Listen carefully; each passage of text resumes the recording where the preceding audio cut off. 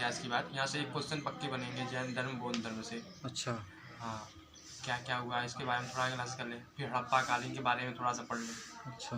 एक एक क्वेश्चन जो ठोस ठोस क्वेश्चन जहाँ से बनने के फिक्स होते हैं चांस, हर अच्छा। बार एग्जाम में बनेंगे वहाँ से, अच्छा। चाहे छोटी एग्जाम या बड़ा एग्जाम। बहुत अच्छा। और फिर उसके बाद कौन सी मंदिर किसने बनवाया है, कौन सी मंदिर में कहाँ संस्थापना, किसके शासन में कौन सी मंदिर बनी है, किसने बनवाया है। और पढ़ने के लिए ज़्यादा जहाँ बनता है जो फेमस चीज़ें हैं, तो कोई मंदिर फेमस है उस मंदिर में क्या है, तो इसके बारे में जान जाइए। इतिहास के बारे में बता रहे हैं अभी। और फिर इसमें कुछ इतना है नहीं। अब फिर हर वंश की जितने संस्थापक हैं, जैसे हर एक वंश से स्टार्टिंग होती है, तो वहाँ से इन लोग के संस्थापक पढ़ते हुए आइए, हर लोग के बारे में जानिए। ये इतिहास में इतना बहुत है नॉर्मल एग्जाम के लिए। अब ISPC की बात तो मैं नहीं कर रहा हूँ, मैं नॉर्मली वनडे एग्जाम के लिए बता रहा हूँ। चलो, तुमसे हम बात कर रहे हैं अब कंपनी के गवर्नर की। सबसे पहला जो है बंदा बहादुर के बारे में कुछ जानते हैं? बंदा बहादुर को नहीं, गुरु गोविंद सिंह से संबंधित। खालसा पंथ की स्थापना किसने की थी? यही गुरु गोविंद सिंह ने की थी। जानते हो कब किया था? 1699 ईस्वी में। ठीक है। किस दिन किया था? बैसाखी के दिन। ठीक है। लाहौर की संधि जानते हो? लाहौर की संधि जो हुई थी 9 मार्च 1846। हाँ। ठीक है। और भैरोवाल की संधि? ये नहीं, भैरोवाल की जो संधि हुई थी 22 दिसंबर 1846 को। ठीक है। इस संधि के तहत जानते हो क्या हुआ था? राजा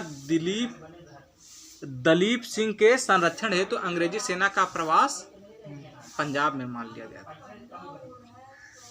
ठीक है। ठीक है। और ठीक है। तो और लॉर्ड डलहौजी के बारे में कुछ जानते हैं? लॉर्ड डलहौजी का शासन काल जो होता है ये आता है 1800 लॉर्ड डलहौजी की बात करना 48 में आता है। 1848 से लेकर 1856 तक रहता है। अच्छा, 1856 तक रहता है। तो देखो, लॉर्ड डलहौजी ने जो है 29 मार्च 1849 ईस्वी को उन्होंने इसकी स्थापना अच्छी से की, जैसे कि संपूर्ण पंजाब का संपूर्ण जो पंजाब था उसका विलय किस में कर दिया? अंग्रेजी राज्य में कर दिया था। ठीक है। और महाराजा दिलीप सिंह को जो है 50,000 पाउंड की जो है वार्षिक पेंशन दे दी गई और उनको जो है उच्च शिक्षा प्राप्त करने के लिए इंग्लैंड भेज दिए। ठीक है। सिख राज्य का जो प्रसिद्ध हीरा था कौन था? कोहिनूर। वो जो है महारानी विक्टोरिया को भेज दिया गया। समझ पा रहे? तो ये सब चीज़ें हैं, ऐसी बारीकियां हैं। तो अच्छा समझ में आ रहा है ना? अच्छा समझ में आ रहा है। जो भी चीज़ें कम क्लियर है, ये धुंधला है, वो भी कंफर्म हो जा रही है। कंफर्म हो जा रही है ना? हाँ। और तो इसलिए देखो, जिस प्रकार से तुमने अध्ययन किया है उस प्रकार से तुमको काफ़ी अच्छी जानकारी है और हमें नहीं लगता है कि तुम चीज़ों को बहुत अच्छा करके आओगे और खूब प्रैक्टिस अगर करोगे, अभ्यास करोगे तो बहुत अच्छा कर जाओगे और तुम्हें सफलता दूर नहीं है। बस मेहनत करो, सफलता दूर नहीं है। विदिन 1-2 साल में सफलता मिलने की संभावना है तुम्हें। ठीक है। हाँ, वही तो कोशिश ही है। तो तुम प्रयास करो, खूब मेहनत करो, डट जाओ। हम कह रहे हैं। CHSL भरा है इस बार का? हाँ, CHSL दिया है ना। JEE में भी लग करके तुम धड़ाका मचा दो। पॉलिटेक्निक में तुम्हारा कितना परसेंटेज आया है? 75। गुड। JEE में भी मार दो, रेलवे में JEE हो जाओ। हम बढ़िया। अब तो लगे हैं। हाँ, लगे रहो, लगे रहो। तो क्या कहें, जब कुछ हो जाएगा तब इसके बाद तुम बोलना अच्छा लगता है। हाँ, ठीक है। ठीक है शिवम, तो ऐसा चलो हम तुमको अच्छा सुनो। देखो, जो जैसे रेगुलेटिंग एक्ट के बारे में जानते हो? 1773 में आया था। ठीक है। देखो, बहुत सी चीज़ें जो आधुनिक भारत के इतिहास की होती हैं वही इसमें है। संविधान में भी चीज़ें काफ़ी चीज़ें मिलती हैं। वहाँ से बनना ही स्टार्ट हुआ जब क्रांतियाँ स्टार्ट होती हैं। तो वारेन हेस्टिंग के कुछ महत्वपूर्ण कार्य बता सकते हो? इसका शासनकाल 1774 से 1785 था। ठीक है। इसका कुछ महत्वपूर्ण कार्य बताओ। वारेन हेस्टिंग था जो बंगाल का पहला गवर्नर जनरल बना, इससे बना वो इसे बंगाल का गवर्नर जनरल कहा जाने लगा। इसने जो है राजकीय कोषागार को कहाँ से, मुर्शिदाबाद से हटा करके कहाँ बनाया, कलकत्ता बना दिया। ठीक है। और इसने जो है कलकत्ता में मुस्लिम शिक्षा के विकास के लिए 1781 में प्रथम मदरसा इसने का निर्माण किया था। इसी टाइम वो उसका भी स्थापना हो गया। कलकत्ता के पहली बार हाई कोर्ट की स्थापना भी इसी टाइम हुआ। अच्छा अच्छा। प्रथम आंग्ल और मराठा युद्ध के बारे में जानते हैं? मराठा युद्ध 1769 में हुआ था। देखो 1775 से 1782 ईस्वी के बीच जो है प्रथम आंग्ल मराठा युद्ध हुआ था, ठीक है। और दूसरा आंग्ल मैसूर युद्ध, हाँ दूसरा तो 84 में हुआ था। दूसरा जो है ना, हाँ अभी बताते हैं। द्वितीय आंग्ल मैसूर युद्ध पूछ रहे हैं। मैसूर युद्ध तो 1780 से 1784 के बीच में हुआ। ये पूछे, मराठा युद्ध अलग है, मैसूर युद्ध अलग। हाँ, तो वारेन हेस्टिंग के समय में ही ये सब लड़ा गया था ना। जो प्रथम आंग्ल मराठा युद्ध था सलबाई की संधि जो कि हुआ था 1782 में हुआ था, ठीक है। मंगलोर संधि हुआ था 1784 में। अच्छा हाँ सही। दूसरा जो है आंग्ल मैसूर युद्ध जो है मंगलोर की जो संधि थी वो 1784 में हुआ था। और जो है इसी काल में जो है बोर्ड ऑफ रेवेन्यू की स्थापना हुई थी, स्थापना भी किया, ठीक है। इसको समझने के लिए पहले हर चीज़ एक कहानी की तरह है। इसको समझने के लिए शुरू से समझना पड़ेगा, कैसे कैसे लोग आए, कैसे कैसे बना, कितनी बार टूटा, देश शासन आए, कौन क्या हुआ। इसको समझने के अच्छे समझ सकते हैं। वारेन हेस्टिंग में विलियम बेंटिंक आता है। विलियम बेंटिंक का जो काल होता है 1813 से स्टार्टिंग होती है। तो विलियम बेंटिंक इतना अच्छे से काम करता है। उस टाइम उसने बंगाल गवर्नर जनरल भी कहा जाने लगा। इस टाइम द्वितीय विश्व युद्ध स्टार्ट हो गया। इसी टाइम द्वितीय विश्व युद्ध स्टार्ट भी हो गया। तृतीय विश्व युद्ध जो होता है वेलेजली समय में होता है, कॉर्नवालियस के समय में होता है। अच्छा, कॉर्नवालियस आता है उसके बाद, ठीक। और चतुर्थ विश्व युद्ध जो होता है वेलेजली के समय में होता है, जो कि 1898 से लेकर 1898 से 1905 ऐसे नहीं, 1813 से 1800 था। चलो तुम हमको कुछ क्वेश्चंस बताओ। लॉर्ड डलहौजी का शासनकाल जानते हो? लॉर्ड डलहौजी का शासनकाल वही है 1848 से 56। सुनो, इनाम कमीशन की स्थापना कब की गई थी? इनाम कमीशन, लॉर्ड डलहौजी का शासनकाल 1848 से 1856 तक था, ठीक है। इस बीच में इनाम कमीशन की स्थापना की गई थी। इनाम कमीशन की स्थापना की गई थी इसी टाइम। हाँ, इसका उद्देश्य क्या था? इसका उद्देश्य ये था कि जो लोग चोरी से, कुछ चीज़ों में चोरी हो रही थी। सुनो, 1852 में इनाम कमीशन की स्थापना हुई थी। इसका उद्देश्य भूमिकर रहित जागीरों की का पता करके उनको छीनना, ठीक है। व्यपगत सिद्धांत, डॉक्ट्राइन ऑफ लैप्स, जानते हो क्या था?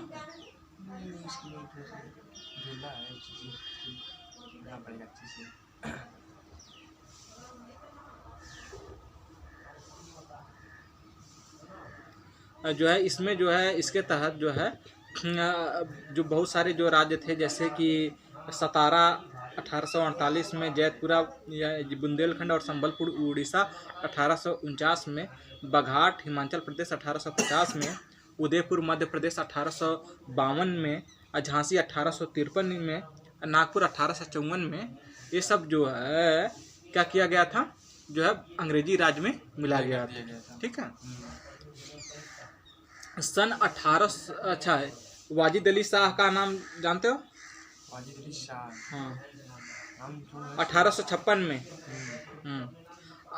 जो है इन्होंने क्या किया, लॉर्ड डलहौजी ने 1856 में जो है उसको, किसको, वाजिद अली शाह पे आरोप लगा करके उसके भी राज्य को, अवध को भी अंग्रेजी राज्य में मिला लिया। इसके बाद कैनिंग आता है, ठीक है। कैनिंग जो है 1856 से रहता है 1852 तक, 1856 से 1862 तक रहता है, ठीक है। इसने जो है जो व्यपगत सिद्धांत की जो है, जो राज्य विलय की जो नीति थी, इसको इसने समाप्त कर दिया, ठीक है। और इसने 1861 में इंडियन काउंसिल एक्ट पारित हुआ तथा पोर्टफोलियो प्रणाली लागू की गई। समझ पा रहे हो? और फिर लॉर्ड लॉरेंस 1864 से 1869। लॉर्ड लॉरेंस, इसके बारे में कुछ बताओ। लॉर्ड लॉरेंस के बारे में कैनिंग के बारे में थोड़ा पता, जो बोले आप हैं कैनिंग, ये जो आता है यहाँ पर चौवन छिपकन कैनिंग बंगाल का भारत का गवर्नर जनरल कहा जाने लगा कैनिंग को। इस बार 57 के बाद 58 आता है ना, तो 58 में गवर्नर जनरल कहा जाने लगा कैनिंग को ही, जो कि भारत का प्रथम वायसराय भी होता है। ये जो है लॉर्ड कैनिंग जो है अंतिम गवर्नर जनरल तथा ब्रिटिश सम्राट के अधीन नियुक्त भारत का प्रथम वायसराय। बहुत अच्छा, ठीक है।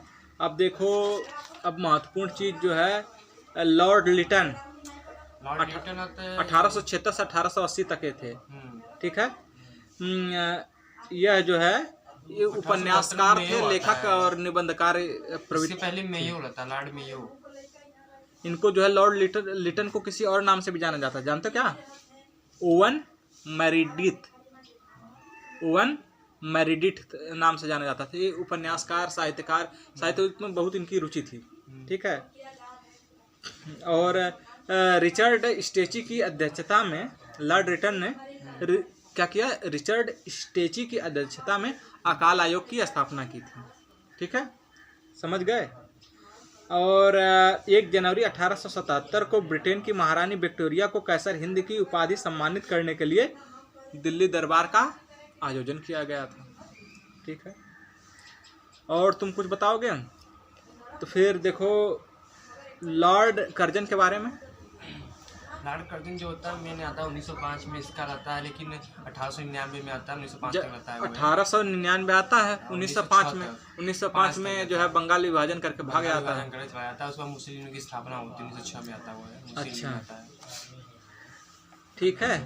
तो 1904 में जो है लॉर्ड कर्जन ने पुरातत्व विभाग की स्थापना किया था। जानते हो किस लिए? जो भारतीय इमारतों की सुरक्षा के संदर्भ में। ठीक है।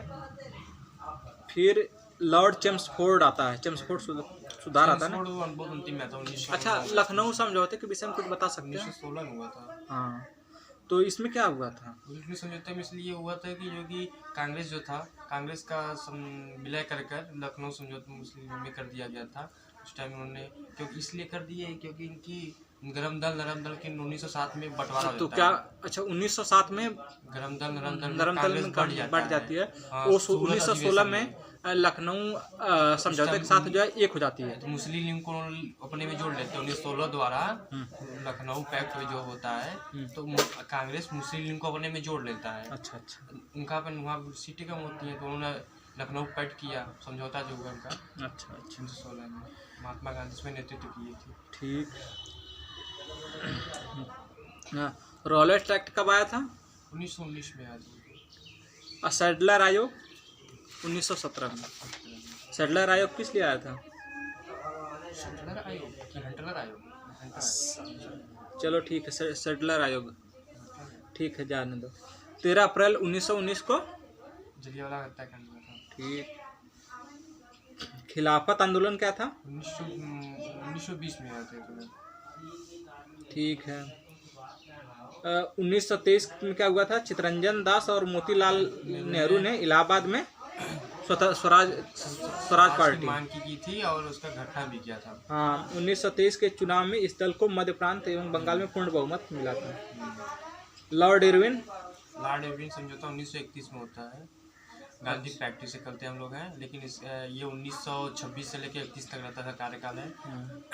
जो इसके तहत महात्मा गांधी ने जो है 4 मार्च 1931 को गांधी इरविन समझौते पर उन्होंने हस्ताक्षर किया। ये मांग किया कि जितने हमारे लोग बंदी बना के रखे गए हैं ठीक। उसको हाँ, तो इसने जो है असहयोग आंदोलन अपना वापस ले लिया। उन्होंने अपना असहयोग आंदोलन उन्होंने जो ये वापस लिया था। सोइंग्या आंदोलन जो था उन्होंने छेड़ा गया था, उन्होंने उसको रोक दिया था, मना नहीं किया था कि हम नहीं चलाएंगे, उन्होंने रोका था उसको। जो उन लोग पूर्ण स्वराज मांग करके चल रहे थे लोग अलग, लोग जा नहीं रहे थे, किसी भी गोल्डन सम्मेलन में उन्होंने हाजिर नहीं दिया था, इसलिए आए थे। लॉर्ड माउंटबेटन को जानते हो?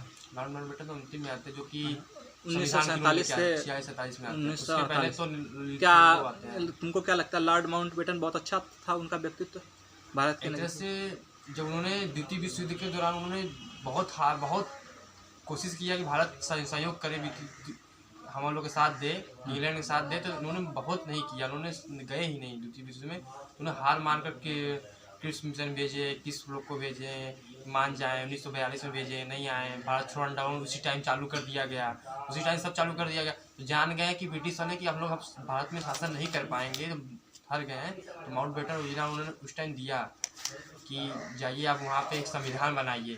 उसी संविधान के दौरान उन्होंने भारत और पाकिस्तान को अलग किया। पाकिस्तान में मुस्लिम लीग की स्थापना, जो अली खान था, आगा खान था, उन्होंने कहा कि हमको पाकिस्तान अलग चाहिए। तो पूर्वी पाकिस्तान, पश्चिमी पाकिस्तान, जो कि पूर्वी पाकिस्तान अब तो अलग हो गया, बांग्लादेश बन गया है। विश्व इतिहास के बारे में पुनर्जागरण का जानते हो कहाँ से प्रारंभ हुआ था? विश्व इतिहास भी अच्छे से हम लोग भी डीपली गए नहीं है। तो पुनर्जागरण का वैसे प्रारंभ इटली के फ्लोरेंस नगर से हुआ था, इंग्लैंड, इटली के। ठीक है, इटली के महान जो कवि थे दांते, पुनर्जागरण का इसको अग्रदूत माना जाता है। ठीक है,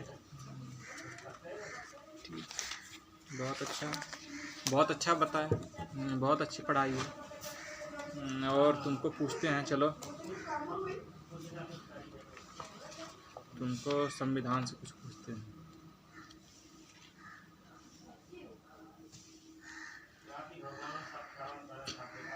चलो ठीक है, बंद करते हैं। ये हैं शिवम, क्या नाम है आपका? शिवम कुमार सिंह। शिवम कुमार सिंह कहाँ रहते हैं? इलाहाबाद में? इलाहाबाद में रहता है छोटा बगाड़ा। छोटा बगाड़ा, ठीक, थोड़ा सा और नज़दीक में आ जाएंगे। छोटा बगाड़ा में रहते हैं। आपने क्या पढ़ाई की है? मैंने डिप्लोमा कंप्लीट किया। किस में किया है? इलेक्ट्रिकल में। इलेक्ट्रिकल में, ठीक है, इलेक्ट्रिकल में डिप्लोमा किया। कहाँ से किया है? बरेली से किया। बरेली से, अच्छा ठीक है। तो अभी इस पे हम अपने चैनल पे एक जो अभी SSC CGL में सक्सेसफुल कैंडिडेट हुआ है, कुशाग्र सक्सेना, ऑल इंडिया रैंक 66 है, उसके भी इंटरव्यू जल्दी आएंगे, करने वाले हैं, बात हुई है हमारी जो है। तो चलिए, जो है आपने लूसेंट कब पढ़ा? लूसेंट के बारे में कैसे जाना? हर व्यक्ति जब कहीं ना कहीं तैयारी करने जाता है तो वहाँ पहले से लूसेंट पढ़ाया जाता है। इलाहाबाद में कब से तैयारी कर रहे हैं? तैयारी अभी हम 2019 से। अच्छा, 2019 से। तो लॉकडाउन भी लग गया, कुछ होने गया, कोचिंग भी। अच्छा, तो आपने लूसेंट की पढ़ाई आपकी कैसी है? लूसेंट में जो भी पढ़ा है आपने, मैंने जो भी पढ़ा, कितने महीने पढ़ा आपने लूसेंट अच्छे से? मैंने लूसेंट एक बार पहले उसको डीपली पढ़ा, फिर उसको 3-4 बार रिवीजन भी किया, और फिर अपने से एनालिसिस किया, जो कि जहाँ तक उम्मीद है कि 90% क्वेश्चन तो कर लेंगे। अच्छा, ऑप्शन के अकॉर्डिंग भी कर लेंगे, और कुछ मुजबानी याद रहता है वो बता देंगे। अच्छा, तो बहुत अच्छी बात है। तो ऐसा है कि भारत के इतिहास को कितने भागों में बांटा जाता है? भारत के इतिहास को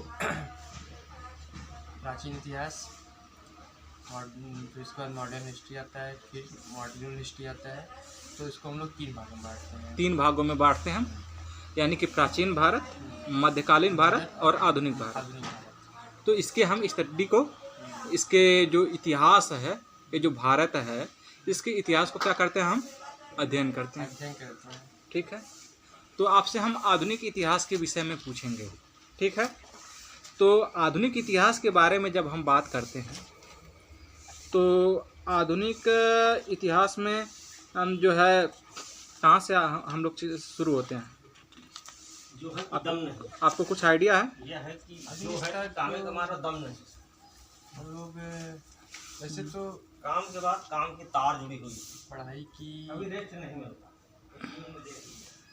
थोड़ा सा होता है जी, क्रांति से होता है। अच्छा, जितनी क्रांतियाँ स्टार्ट हुई जी, और फिर अच्छा, थोड़ा सा इधर होइएगा, तो इधर होइएगा।